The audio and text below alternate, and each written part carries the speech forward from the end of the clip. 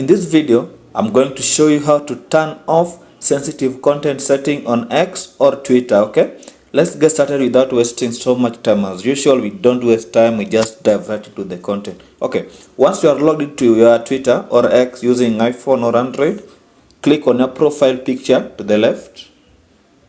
Then, scroll down and locate Settings and Privacy. It will be under Settings and Support. Just click on Settings and Privacy. Then, after doing this, just scroll down, then look for Privacy and Safety.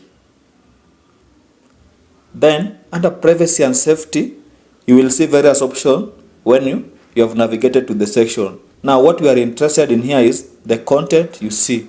The third option here from the top, just click on it.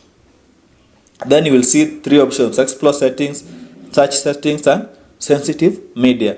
Just tap on Search Settings. Now, there are two options here: Hide Sensitive Content and Remove Blocked and Mute Accounts. We are interested in turning off the sensitive content settings on X. So, just toggle it to the left. By doing this, you will be able to turn off sensitive content setting on X. This will allow you to see sensitive content when browsing through Twitter or X. Thank you for watching. Let's meet in the next video.